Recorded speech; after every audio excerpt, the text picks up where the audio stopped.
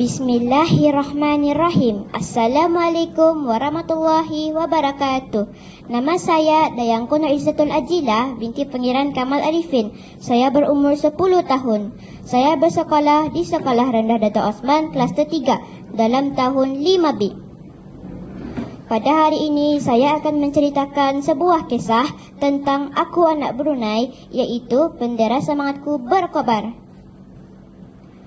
Aku merupakan anak kepada pasangan seorang askar yang terletak di cawangan Berakas Camp. Jadi tidak hairan jika darahku mengalir deras sebagai anak tempatan yang mendaulatkan tanah negara Brunei Darussalam. Pada satu hari, aku berhasrat hendak pergi memancing di kuala sungai dekat dengan rumah nenekku. Pada perjalanan ke sana, aku ternampak sehelai kain yang seakan-akan menyerupai bendera negara Brunei Darussalam. Ia tersangkut di sebatang kayu dekat akar pokok tumbang. Kain itu mudik ke kiri dan ke kanan mengikut arus air yang mengalir. Apa yang ku nampak tu? Aku bercakap seorang diri.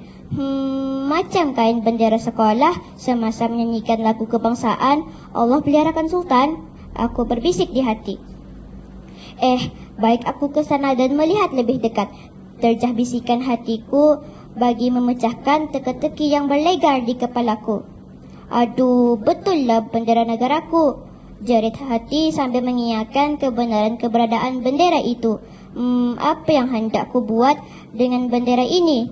Aku berkata sebaik sahaja berada di tangan. Baik aku berikan sahaja kepada nenek Sulaiman.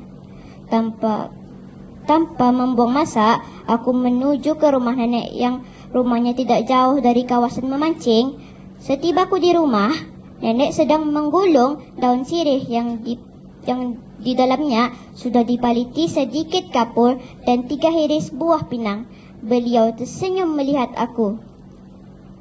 Apa yang kamu dapat di sungai tadi?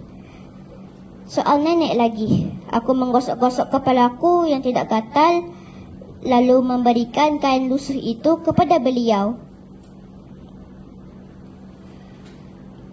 Bendera ini sangat bermakna bagi kita ni rakyat Brunei. Susah payah untuk melihat bendera negara Brunei Darussalam ini untuk berkibar pada suatu ketika dulu.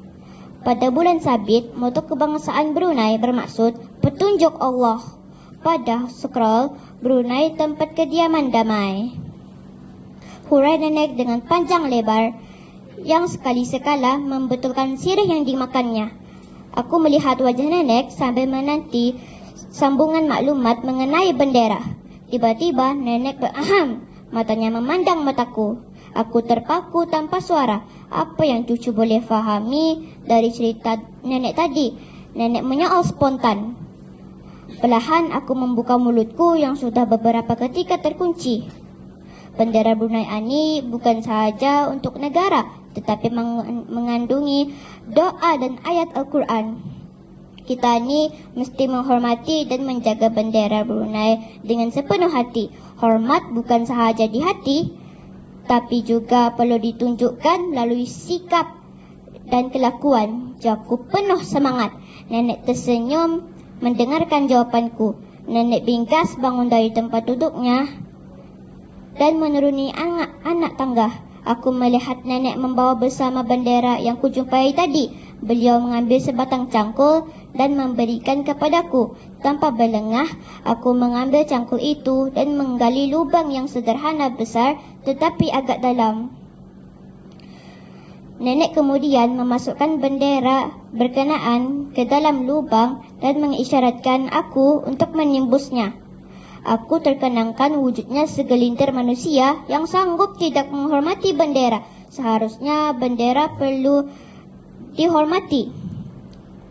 Mata hendaklah memandang bendera sambil menyanyikan lagu kebangsaan. Bendera lama yang rosak, lusuh dan koyak, ropak tidak boleh dipasang. Bendera itu hendaklah dihapuskan dengan betul, yaitu dengan cara dibakar dan abunya dibuang ke laut atau ditanam dalam tanah. Petang itu aku tidak jadi pergi memancing. Aku mencium tangan nenek dan beredar pula. Di sepanjang jalan, aku berfikir dan bertekad untuk menjadi anak bangsa yang boleh menunjukkan kepribadian baik dan mempunyai nilai-nilai yang akhlak dan murni, serta mendaulatkan negara serta bangsa. Pak kata pantun, aku adalah diriku sendiri, manusia kertil namun berwawasan. Walau perjalanan hidup penuh berduri, hidup berakhlak, tunggak kecemerlangan insan. Sekian, wabillahi taufiq wal hidayah. Wassalamualaikum warahmatullahi wabarakatuh.